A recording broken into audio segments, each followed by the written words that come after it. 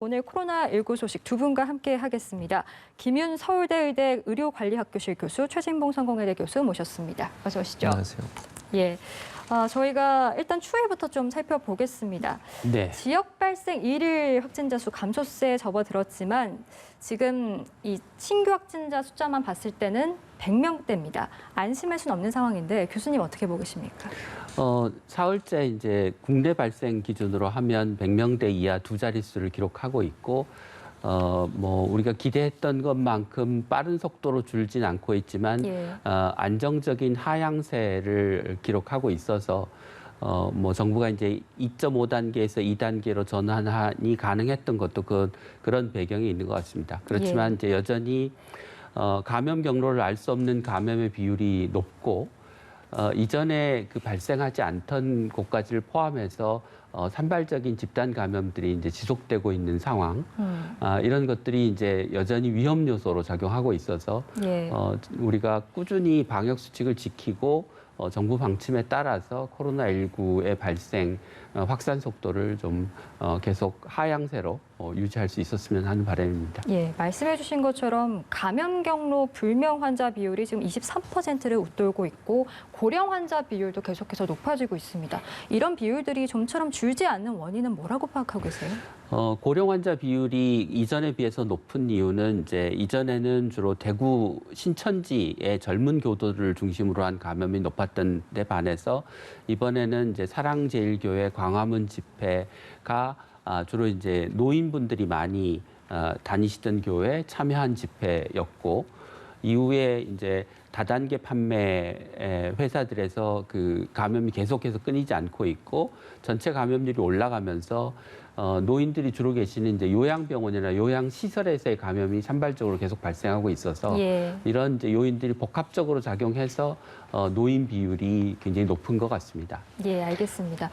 오늘 중요한 발표가 있었죠. 교육부의 발표 함께 듣고 오셨는데 등교 재개가 된 게 지금 지난 26일 이후 한 달 만입니다. 이번 발표 좀 어떻게 보셨습니까? 일단 잘 아시는 것처럼 그 원격 수업하는 것에 대해서 부모님들도 부담이 예. 많고 학생들도 부담이 많고 또 실제로 원격 수업이 어느 정도 성과가 있느냐는 부분에서 여러 가지 좀 논란이 있다 보니 가능한 원격 수업보다는 대면 수업을 하는 것을 원하고 있는 것 같아요. 그런 부분들이 지난번에 8월 이후에 여러 가지 이제 8.15 사태 이후에 8.15의 집회 이후에 여러 가지 문제가 있었고 확산이 너무나 크다 보니까 위험성 때문에 일단 전면 원격 수업으로 변화를 했는데 예. 오늘 이제 이은혜 교육부총리가 시도 교육감들하고 회의를 했어요. 회의를 해서 주로 수도권 지역에 있는 학교들 같은 경우에는 지난번과 같이 그러니까 8.15 집회 이전처럼 21일부터 등교 수업을 재개를 한다. 다만 모든 학생이 다 등교하는 건 아니고요. 예. 유치원, 초등학교, 중학교 같은 경우에는 3분의 1 그리고 고등학교 같은 경우는 3분의 2 정도의 밀집도를 유지하면서 등교를 재개하겠다 이렇게 발표를 했습니다. 예. 그리고 지금 이제 가장 우려가 되는 건 아무래도 추석 연휴가 예. 되지 않겠습니까? 그래서 추석 연휴의 기간에 또 어떤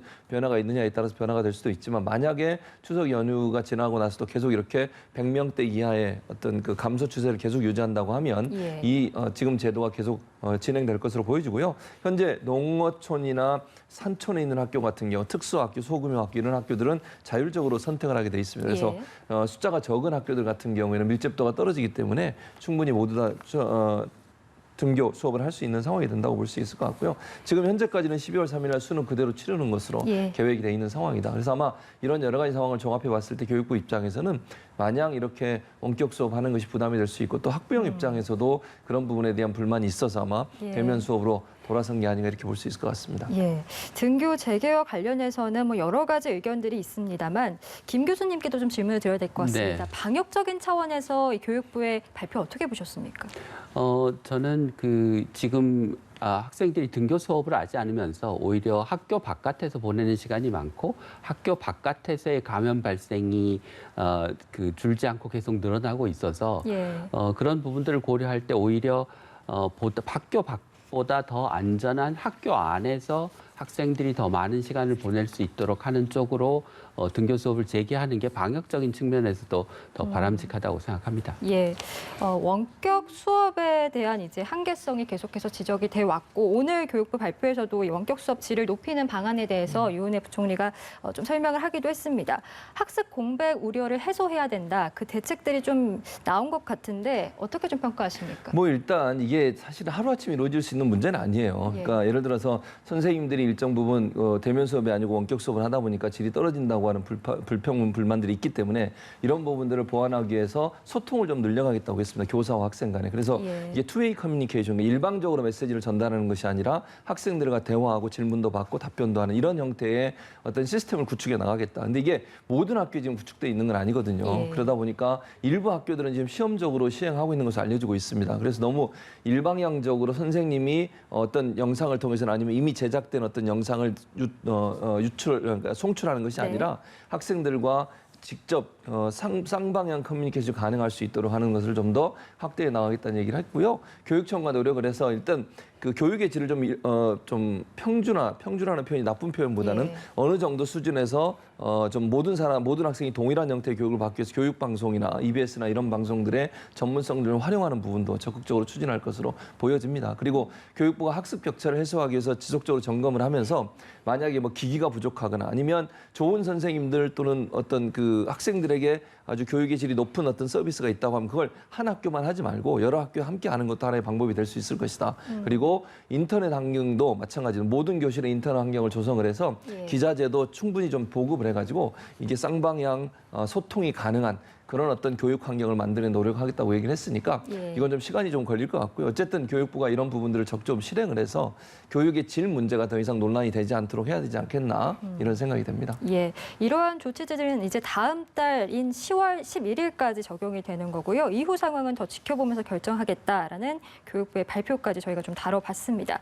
그리고 또 중요한 재판이 있었습니다. 올해 5월에 이태원을 방문한 뒤에 이 직업과 동선을 숨겨서 80명이 넘는 집단 감염을 일으켰던 인천 학원 강사죠. 검찰이 징역 2년을 구형을 했습니다. 뭐 당시 이 학원 강사로부터의 전파가 7차 전파까지 번지면서 참 일파만파 커졌었는데 뭐 아직 법원의 최종 결과 나오지 않았습니다만 이번 재판이 좀 국민들의 경각심을 깨우는 데는 도움이 될까요? 그렇죠. 사실 2년의 구형이 물론 뭐 재판 결과에 따라서 어떻게 판결이 나올지 모르지만 구형을 2년 했다는 건 상당히 좀 무거운 어떤 처벌이라고 저는 생각이 들거든요. 예. 물론 뭐 이 처벌이 결정된 건 아니지만 검찰 입장에서도 이 사회의 경종을 울려야 할 필요가 있다고 생각을 한 것 같아요. 왜냐하면 예. 지금 7차 감염 말씀하셨고 80명이 감염이 됐어요. 이번 한 사람 거짓말을 하지 않았다고 하면 만약에 처음부터 본인이 무직이 아니라 학원 강사라는 말을 밝혔다고 하면 예. 사실은 미리 감염 경로를 차단을 해서 더 이상의 전파를 막을 수 있었을 텐데 검사 받고 나서도 본인이 또 딴 데를 갔었어요. 예. 원래 검사 받으면 자가격리 해야 되거든요. 자가격리 하지 않고 또 다른 데를 가가지고 또 다른 사람 만나고 이러다 보니까 7차 감염까지 일어나게 됐고 이게 이제 우리 사회도 이런 부분들을 적극적으로 규제하지 않으면 처벌하지 않으면 이런 사례가 또 나타날 수도 있잖아요. 예. 그래서 그런 부분에서 검찰 입장에는 좀 더 강하게 감염병 예방법에 따라서 2년 네, 이제 구형을 했는데 결과가 어떻게 나오든 어떤 학원 강사 입장에서는 상당히 큰 충격을 받은 것 같아요. 실제로 재판에 나온 학원 강사가 자해한 여러 가지 흔적들이 있어서 판사가 예. 그 부분에 대해서 좀 위로도 했다는 말도 나오고 있고 그다음에 우울증에도 시달렸대요. 아무래도 이제 본인이 저런 행동을 해서 언론에 보도가 되고 비난을 받게 되니까 인터넷상에서 많은 부분 또 비판하는 그런 글들이 많이 올라왔던 것 같고 그러다 보니까 아마 사회적으로도 큰 충격을 받은 것 같은데 그래서 저는 이 우리 주변에 있는 분들이 이런 사례를 만들지 않아야 된다는 거예요. 예. 이게 얼마나 무서운 일이고 얼마나 안 좋은 일이고 얼마나 우리 사회를 위험에 빠뜨리는 일인지를 잘 깨달으셔서 인천 학원강사 같은 사례가 나오지 않도록 하기 위해서라도 이번은 법에 정해진 범위 내에서 예. 어쨌든 규정에 맞게 처벌하는 게 맞다. 그래야 또 다른 사례가 나오지 않게 하죠. 만약에 솜방망이 처벌로 끝나버리면 저런 사례가 또 나오게 되면 우리가 그렇게 열심히 모든 사람들이 정말 불편을 감수하면서 2.5단계에서 2단계로 지금 내려왔는데 그러면서도 생활을 하고 있잖아요. 네. 한 사람의 잘못된 행동 하나가 얼마나 우리 사회를 크게 어려움에 빠뜨릴 수 있는지 하는 부분들을 알리기 위해서라도 아마 검찰 입장에 좀 더 무겁게 구형을 한 게 아닌가 이렇게 볼 수 있을 것 같습니다. 예, 알겠습니다. 법원의 최종 결과 저희가 나오는 대로 또 전해드리도록 하고요. 저희는 백신 얘기를 좀 해보겠습니다. 오늘 중대본에서도 백신과 관련해서 안전하고 효능 검증된 백신 수급하겠다라고 밝혔는데 지금 국민 60%가 접종할 수 있는 그러니까 3천만 명 분량의 해외 백신 확보에 나서기로 정부가 했습니다. 전 국민 접종 가능 이 물량을 과연 확보를 할 수 있을까? 어떻게 예상하십니까? 뭐 예상하기 굉장히 어려운 문제입니다. 그러니까 첫 번째는 얼마나 많은 백신이 효과와 안전성이 입증이 돼서 승인을 받을지, 그다음에 그 백신들이 어느 정도의 그 대량 생산 능력을 확보할 수 있을지, 그다음에 이제 그 전 세계적으로 지금 세계보건기구 WHO를 중심으로 해서 그 우선순위에 따라서 선진국이나 개도국이나 다 함께 공평하게 백신을 이제 사용하도록 하기 위해서 공동 구매 기구를 이제 만들어서 백신을 구매하고 있기 때문에 예. 그 기구를 통해서 이제 우선적으로 우리나라가 어느 정도의 백신을 배정받을지, 거기서 부족한 부분들을 우리가 제약회사로부터 실제로 얼마나 구매 가능할지, 뭐 이런 여러 가지 요인들을 이제 다 불확실한 부분들이 있기 때문에 예. 뭐 아주 확정적으로 얼마나 안정적으로 확보할 수 있을 건지에 대해서는 얘기할 수 없지만, 이제 정부가 지금 발표한 계획은 세계보건기구를 통한 공동 구매를 통해서 1,000만 명분, 제약회사와 개별 구매를 통해서 2천만 명분을 확보해서 전 국민의 60%가 내년에 접종을 받을 수 있도록 하겠다라고 하는 게 이제 발표 내용인 것 같습니다. 예, 그 선구매 백신은 어떻게 결정이 되는지도 궁금하거든요. 그 선구매 백신은 이제 지금 현재 일정 수준 이상의 연구 개발 단계에 도달한 백신 그 개발 제약 회사들에 대해서 WHO가 그 연구 개발비를 이제 지원을 하게 됩니다. 예. 그리고 그 개발 단계가 올라가면 올라갈수록 WHO가 이제 지원액을 늘려가면서 실제로 승인을 받게 되면 그 일정 물량을 WHO를 통해서 전 세계에 배포하는 것을 사전 조건으로 그 연구 개발비를 현재 지원하고 있는 상황입니다. 그래서 그 중에 일부는 이제 뭐 실패할 수도 있고, 일부는 예. 성공하고, 어느 쪽이라도 성공해서 전 세계에 있는 그 사람들이 백신 접종을 안전하게 받을 수 있도록 하는 일종의 그 안정장치를 이제 WHO가 공동구매 기구를 통해서 마련하고 있는 상황입니다. 예, 뭐 백신 수급 계획과 관련해서 뭐 구체적으로 나온 사항은 없습니다만 만약에 이제 백신을 수입하게 된다라고 하면 이제 아무래도 고위험군이라든지 의료진들에게 좀 선제적으로 지급이 되겠죠? 그렇죠. 아무래도 이제 먼저 3,000명분이니까 이제 전체는 아니고 한 60% 돼요. 예. 전 국민. 만약에 지금 예상대로 3,000명분을 우리가 확보할 수 있다고 하면 접종을 할 때는 이제 우선 접종 대상자를 좀 추려내야 되는데, 예. 아무래도 고연령층에 있는 분들이라든지 어린아이라든지 임신부라든지, 그래서 사회적으로 좀 우리가 조금 약한 면역체가 약할 수 있는 분들, 이런 분들을 집중적으로 먼저 아마 투여를 하고, 그리고 집단 면역 등을 고려해서 결정할 수 있을 거로 생각이 됩니다. 그래서 지금 현재는 뭐 계획만 있어서 이게 어느 정도 실현이 될지는 예. 모르겠어요. 예컨대 코백스 퍼실리티라고 하는 이제 공동 구매에서는 1,000만 명분이 어느 정도 될 것 같은데, 나머지 2,000만 분은 개별 기업과 이제 협상을 해야 되기 때문에 이게 어느 정도 가능할지, 또 금액적인 측면에서도 또 협상이 필요한 상황이고요. 예. 지금 백신 공급, 전 세계 백신 공급 체계는 사실 금액이 어느 정도 결정이 돼 있어요. 거기는 예. 저렴한 가격에 구입할 수 있는데 2,000만 분 같은 경우 글로벌 업체하고 개별 협상을 해야 돼서 어느 정도 가능할지 좀 지켜봐야 되고, 또 이제 김 교수님 말씀하셨지만 이게 사실 임상 시험을 통해서 안전성이 완전히 확보가 돼야 되거든요. 예. 그런 상황이기 때문에 지금은 뭐 언제쯤 가능할지, 얼마나 많은 부분이 우리가 실제적으로 구입할 수 있을지 모르겠지만, 정부 입장에서는 가능한 한 많은 양을 구매해서 1차적으로 60%를 접종하고 2차로 나머지 부분을 접종해서 전 국민이 다 접종을 하실 수 있도록 하겠다는 계획을 밝히고 있어서 정부가 아마 적극적으로 나서지 않을까 이런 생각이 들고, 뭐 1차적으로는 아까 말씀드린 이제 고연령층이나 임신부나 아니면 어린이나 이런 분들을 대상으로 해서 60% 접종하고 나머지 부분들에서 아마 접종을 하지 않을까 그렇게 예상이 되고 있습니다. 예, 알겠습니다. 저희가 백신과 관련돼서 좀 이야기를 해봤고요. 좀 최근 사례별로 짚어보겠습니다. 고양시에서는 지금 일가족 8명이 확진이 됐습니다. 최근에 가족 모임을 한 것으로 이제 조사가 됐는데, 이 중에서 40대 A씨분께서 세브란스 병원에 환자 간병을 위해서 방문했다가 확진이 됐다고 합니다. 뭐 아직까지 선후 관계는 파악되지 않고 있습니다만 네. 병원을 통한 감염을 우리가 좀 추정해 볼 수 있을까요? 뭐 배제할 수 없는 상황이라고 생각합니다. 그러니까 지금은 이제 그 광범위한 지역사회 감염이 있고 그게 어디서든지 감염이 될 수 있는 상황이기 때문에 뭐 병원에 가서도 감염이 될 수도 있고 가족이 먼저 감염됐다가 병원에 간 것일 수도 있는 상황이라서 예.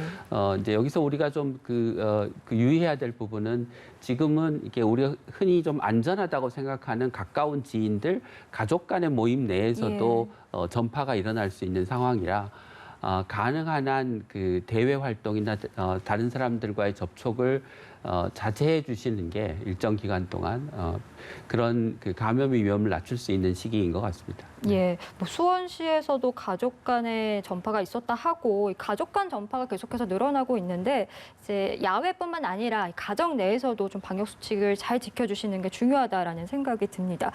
그리고 또 걱정되는 게 이제 추석 연휴가 얼마 남지 않아서 이때 혹시나 또 감염의 분수령이 되지 않을까 우려하시는 분들이 많거든요. 그래서 이제 이동 제한을 해야 된다라는 목소리도 있는데 이 부분에 대해서는 어떻게 보십니까? 그래서 이제 이동 제한을 하는 것을 그러니까 정부가 예를 들어서 공식적으로 이동 제한을 하는 건 상당히 부담이 있을 수밖에 없어요. 이게 국민의 생활과 국민의 이동을 완전히 제한하는 것 자체가 이거는 제가 볼 때 뭐 좀 쉽지 않을 겁니다. 제 개인적인 생각은 그렇고요. 지금 상황이 이제 어쨌든 아무래도 좀 확진자 수가 약간 줄어들고 있는 상황이기 때문에 그걸 고려하는 상황은 아니라고 봅니다. 다만 그럼에도 불구하고 정말 말씀하신 것처럼 추석 연휴가 아주 중요한 분수령이 될 겁니다. 얼마나 많이 우리가 이걸 잘 막아내냐에 따라서 이후에 또 겨울 되면 독감도 함께 많이 나올 수 있기 때문에 이게 두 개가 섞이게 되면 상당히 어려워진 상황이 될 수 있거든요. 그래서 정부는 지속적으로 지금 뭐 지역 지자체들 같은 경우도 이번 추석에는 좀 오지 말아달라고까지 얘기했어요. 부모님들도 가능한 한 오지 말고 다음에 보자라고 얘기하는 경우도 있고 영상이나 아니면 전화로 이렇게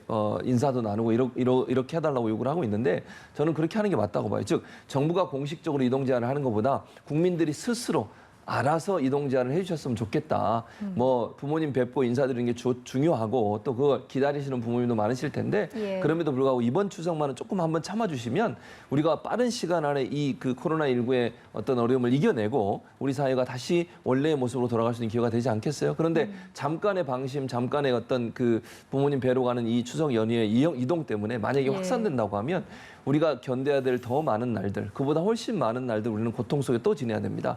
그걸 생각하신다고 하면 아쉬움이 있더라도 이번 추석만은 정부가 아니라 스스로 가족들이 스스로가 이동 제한을 하셔서 코로나 확산을 좀 막아주시면 좋겠다 이런 생각이 들고요. 지난번에 제주도 같은 경우도 수도권을 방문했다가 돌아가신 분들이 또 확진이 돼가지고 제주도가 또 긴장하고 있는 상황이잖아요. 이렇게 이동하게 되면 다른 지역 지방으로 또 확산될 수 있는 N차 감염의 하나의 고리가 될 수 있다는 점을 기억하시고 추석 연휴에는 조금만 참아주시면 좋지 않을까 이런 생각이 듭니다. 예, 알겠습니다.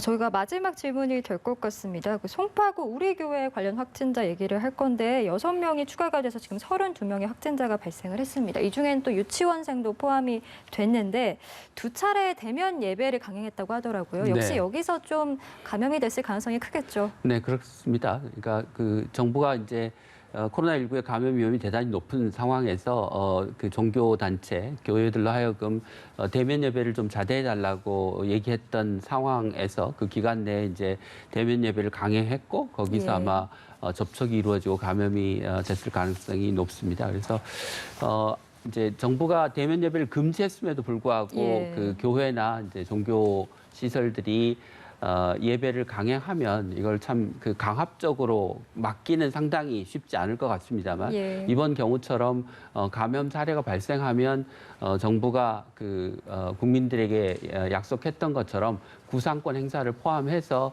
그에 상응하는 조치들을 취해서 교회나 종교 시설들이 충분히 좀 자기의 사회적 책임을 다하는 그런 자세를 좀 갖도록 그런 경각심을 조성할 필요가 있다고 생각합니다. 예, 알겠습니다. 오늘 두 분과 함께했습니다. 김윤 서울대 의대 의료관리학과 교실 교수 그리고 최진봉 성공회대 교수였습니다. 고맙습니다.